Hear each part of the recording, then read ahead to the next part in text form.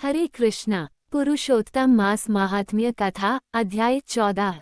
श्रीनारायण जी बोले, इसके बाद चिंता से आतुर राजा दृढ़धनवा के घर वाल्मीकि मुनि आए, जिन्होंने परम अद्भुत तथा सुंदर रामचंद्र जी का चरित्र वर्णन किया है। राजा दृढ़धनवा ने दूर से ही वाल्मीकि मुनि को आते हुए देखकर घबराहट के साथ जल्दी से उठकर भक्तियुक्त हो उनके चरणों में दंडवत प्रणाम किया। भली भांति पूजा कर उत्तम आसन पर ऋषि को बैठाकर उनके चरणों को गोद में लेकर दोनों हाथों से धोया और उस चरणोदक को बड़े हर्ष के साथ शिर से धारण कर शुक पक्षी की बात स्मरण करता हुआ राजा दृढ़धनवा ने मधुर वचन से यूं कहा। दृढ़धनवा बोला, हे भगवन, इस समय मैं कृतकृत्य हूँ, भाग्यवान हूँ, मेरा जन्म सफल हुआ। हे प्रभो, आज मेरा मनोरथ पूर्ण हुआ। आज आपके प्रत्यक्ष दर्शन से शास्त्रादिकों के यथार्थ अर्थ का ज्ञान सफल हुआ। हे जगत के पावन करने वालों के पावन करने वाले, आज मैं अपने भाग्य का क्या वर्णन करूं।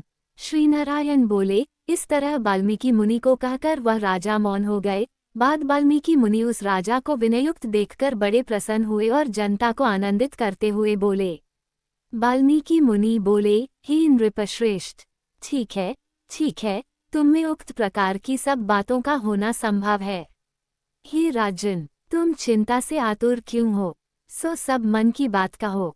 ऐसा मालूम पड़ता है कि तुम्हारी कुछ कहने की इच्छा है, इसलिए हे महामते, उसे कहो। राजा दृढ़धनवा बोला, आपके चरण कमल की कृपा से हमेशा सुख है, परंतु हे विद्वन, हमारे हृदय में एक बड़ा संदेह है।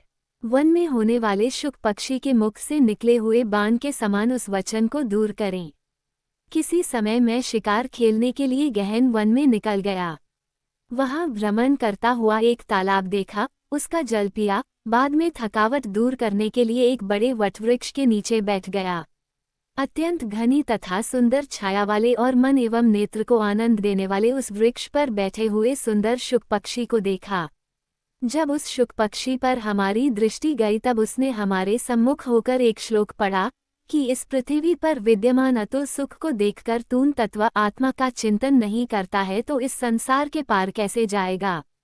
मैं इस प्रकार शुक पक्षी के वचन को सुनकर विस्मित हो गया। हे ब्रह्मन, मैं नहीं जानता कि उस शुक पक्षी ने क्या कहा। इस हमारे हृदय के संदेह को आप दूर करने के योग्य हैं।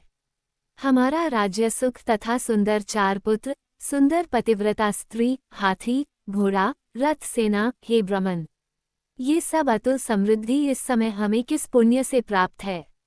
ये सब विचार कर संक्षेप में कहने के आप योग्य हैं। राजा दृढ़धनवा के वचन को वाल्मीकि मुनि सुनकर प्राणायाम कर एक मुहूर्त तक ध्यान में मग्न हो, हाथ में रखे हुए आंवला के फल के समान विश्वास संसार के भूत, भविष्यत और जो वर्तमान विषयम है उनको हृदय में समाधि के बल से जानकर और निश्चय कर राजा से बोले। वाल्मीकि मुनि बोले, हे राजाओं में श्रेष्ठ, अपने पूर्वजन का चरित्र तुम सुनो। हे राजेंद्र, पूर्वजन में आप द्रविड़ देश में ताम्रपर्णी नदी के किनारे वास करने वाले सुदेव नामक ब्राह्मण थे। धार्मिक, सत्यवादी, जो मिल जाए उतने ही में संतोष करने वाले, वेदाध्ययन में संपन्न, विष्णु भक्ति में परायण रहा करते थे।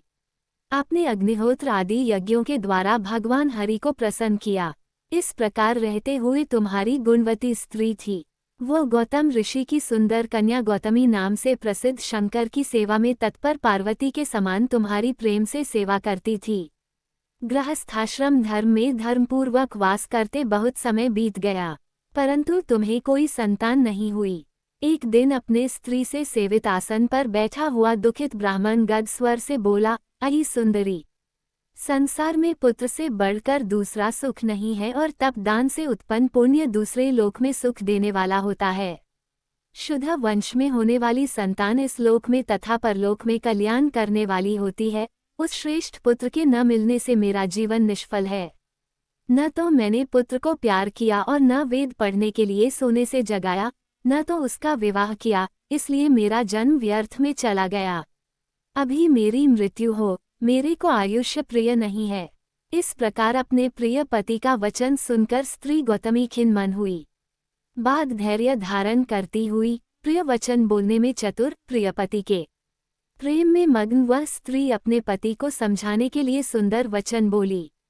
गौतमी बोली, हे प्राणेश्वर, अब इस तरह तुच्छ वचनों को न कहिए। आपके समान भक्त विद्वान लोग मोह को प्राप्त नहीं होते हैं। हे विभो, आप सत्यधर्म में तत्पर रहने वाले हो, आपने स्वर्ग को जीत लिया है। हे सुव्रत अर्थात हे सुंदर व्रत करने वाले, आप जैसे ज्ञानी को पुत्रों से सुख की प्राप्ति कैसी, अर्थात ज्ञानी पुरुष पुत्रों से होने वाले सुख की इच्छा नहीं करते हैं। हे ब्रह्मन, पहले चित्रकेतु नामक राजा पुत्र शोक से संतप्त हुआ, तब नारद और अंगिरा ऋषि के आने पर पुत्र शोक से मुक्त हो संसार से उद्धार को प्राप्त हुआ। इसी प्रकार राजा अंगवेन नामक दुष्ट पुत्र के कारण रात्रि के समय वन को चला गया। इसी तरह हे स्वामिन, आपको भी संताति दुख देने वाली होगी। फिर भी हे तपोधन, यदि आपको सत्पुत्र की लालसा है तो प्रसन्नता से जगत के नाथ, समस्त अर्थों के दाता हरि भगवान की आराधना करें। हे ब्रह्मन, पहले सांख्याचार्य कर्दम ऋषि ने जिनकी आराधना कर पुत्र को प्राप्त किया, जो कि पुत्र योगियों में श्रेष्ठ कपिल देव नाम से प्रसिद्ध हुआ। ब्राह्मण श्रेष्ठ इस प्रकार अपनी धर्मपत्नी के वचन सुनकर तथा निश्चय कर उस अपनी गौतमी स्त्री के साथ ताम्रपर्णी नदी के तट पर गया। वहां जाकर उस पवित्र तीर्थ में स्नान कर अत्यंत श्रेष्ठ तप करता भया। 5 दिन के बाद सूखे पत्ते तथा जल का आहार करता था। इस प्रकार तप करते उस तपोनिधि सुदेव ब्राह्मण को 4000 वर्ष व्यतीत हो गए। हे ब्रह्मन, उसकी इस तपस्या से तीनों लोक कांप उठे।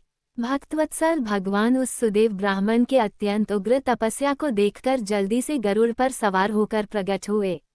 श्रीनारायण बोले, नवीन मेघ के समान जगत की रक्षा करने में समर्थ 4 भुजा वाले प्रसन्नमुख मुरारी को देखकर सुदेव शर्मा ब्राह्मण हर्ष के साथ मुकुंद भगवान को साष्टांग प्रणाम करता हुआ बोला।